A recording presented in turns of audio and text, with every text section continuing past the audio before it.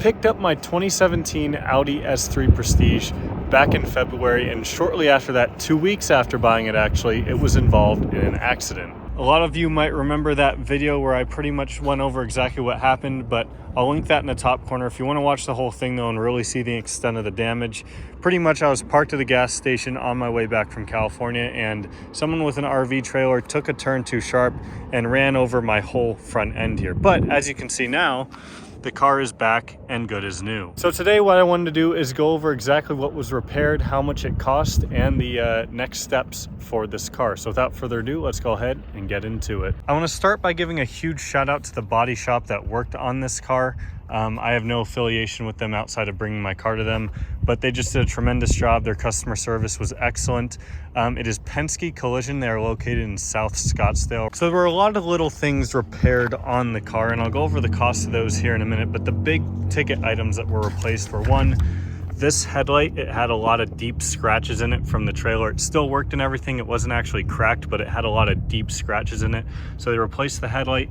The hood also had a pretty significant crease in it and dent, and of course paint transfer as well. So the hood was replaced, and then this fender also was all pushed down and had a crease in it and paint transfer as well. So that was replaced. So I have the full estimate right here that I'm gonna not read by line, but just again, kind of go over some of the bigger ticket items. So let's start off with the headlamp. That headlamp was $2,077 to replace a new OEM one from Audi. And of course, everything here was replaced with OEM Audi parts. The guy who hit me, his insurance company tried to find Chinese parts and cheap parts because of course that's just how insurance companies are. Thankfully, they weren't able to find anything, and I also threatened to get my insurance company involved. So they ended up agreeing to put all OEM parts back on the car, which I was very happy about. Next up was the hood. The hood was $1,378, and then the driver's side fender over here was $621. There were some other parts as well that were replaced, such as this grill down here had a bunch of big scratches on it, so I got a new grill right here. That was $112. The fender liner they also replaced.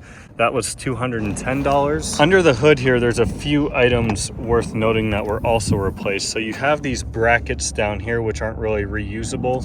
Those were replaced. They're about $38 each. There are also a few other items under here, like rivets and little brackets and hood protector. Let's see what else, some stickers, things like that added up to another $150 or $200 or so. Those are all replaced brand new. So those are really all of the actual parts that were replaced on the car.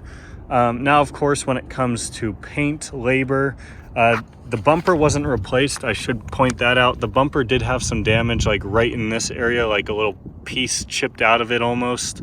I'll put a picture on the screen, but they did just some minor body work. It really didn't need much on that. So there was some labor involved on that repair as well. In terms of the amount of labor on this car that went into the repair, there was just over 23 hours of labor. That counts towards removing, reinstalling parts, doing the body work. I think that also included all the paint work as well. So with the paint work, they also did, and I made sure of this, and this is part of them being a good reputable shop, they also made sure to blend the paint, you know, because if you just paint this white and this panel is the stock white, I mean, obviously it's the same color, but because this paint is 5 years old, this paint is brand new, they might not match perfectly. So what they usually do, a good paint shop will do, is blend the paint and spray some of the door and blend it all together so you don't notice a difference.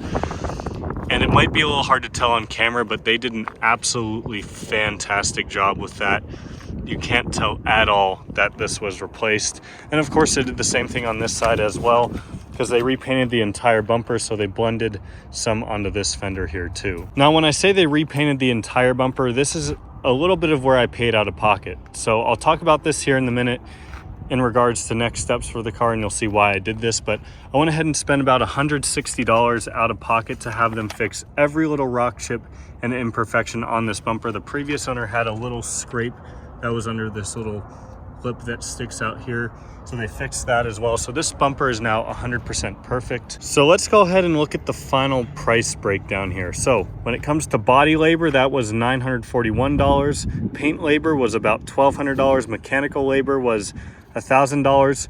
All of the OEM parts were $4,650.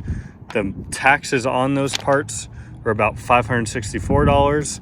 So the subtotal for all this repair was $8,400, and then of course you get the sales tax on top of that, so it brings it up to over $8,800 for this repair, which is crazy to think about for something that was, at initial glance, such a minor little accident. People I already know, at least when this accident happened, said, well, why don't you just take the money from the insurance company and, you know, either fix it yourself or, you know, do it your own way. And for my 9.3, if that happened, of course, that's the route I'd go. I wouldn't take it to a shop. I'd just get a new hood and bumper at a junkyard, new fender at a junkyard, and do it myself. But with this car, I bought it in perfect shape.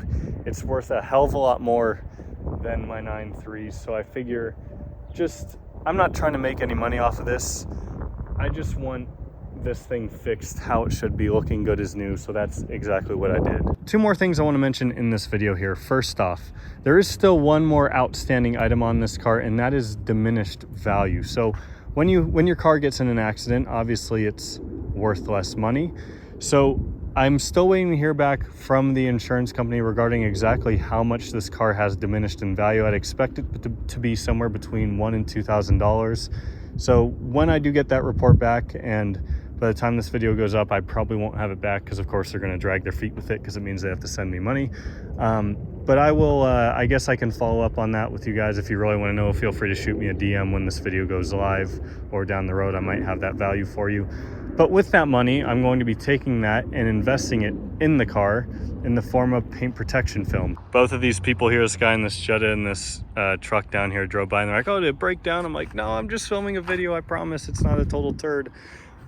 Anyways, so I'm taking this car to a well-known paint protection film and kind of tint shop here in Tempe called Dynamic Tint. I'm super excited to take the car there. I've had friends that have worked with them in the past, and they do a fantastic job. So I'm really looking forward to that. That'll be on June 13th, and I'll be doing a video with them kind of showing the whole process and all of that. So I'm going to be doing the bumper, the fenders, the hood, the mirror caps, and I'm not sure if I'll be doing like some of the A-pillar as well, but pretty much I want to protect this thing as best I can from getting any sort of rock chips or damage on the front end. If you live out here in Phoenix, you know rock chips are extremely common. You don't even have to be driving behind a truck or anything for them to happen. So I am not driving this car at all until that date. I drove it home from the shop, and I've driven it now to go get gas just to take it out and to film this video. And it'll be sitting in the garage until that happens, just out of fear of getting a rock chip on the front end. And one last little detail, the shop did save the old headlight because it still worked, and they also gave me back this old grill. God forbid I ever need them. For some reason, I have them as spares, so that's nice. That's it for today, guys. Thank you all so much for watching. I can't wait to get the PPF on this car and start driving it more again, because I haven't really driven it in well over a month now, and it feels weird to drive it again. I kind of got to get used to it. So thank you all so much for watching. Give the video a thumbs up if you enjoyed. Plenty more Saab content to come here soon, and I'll see you all next time.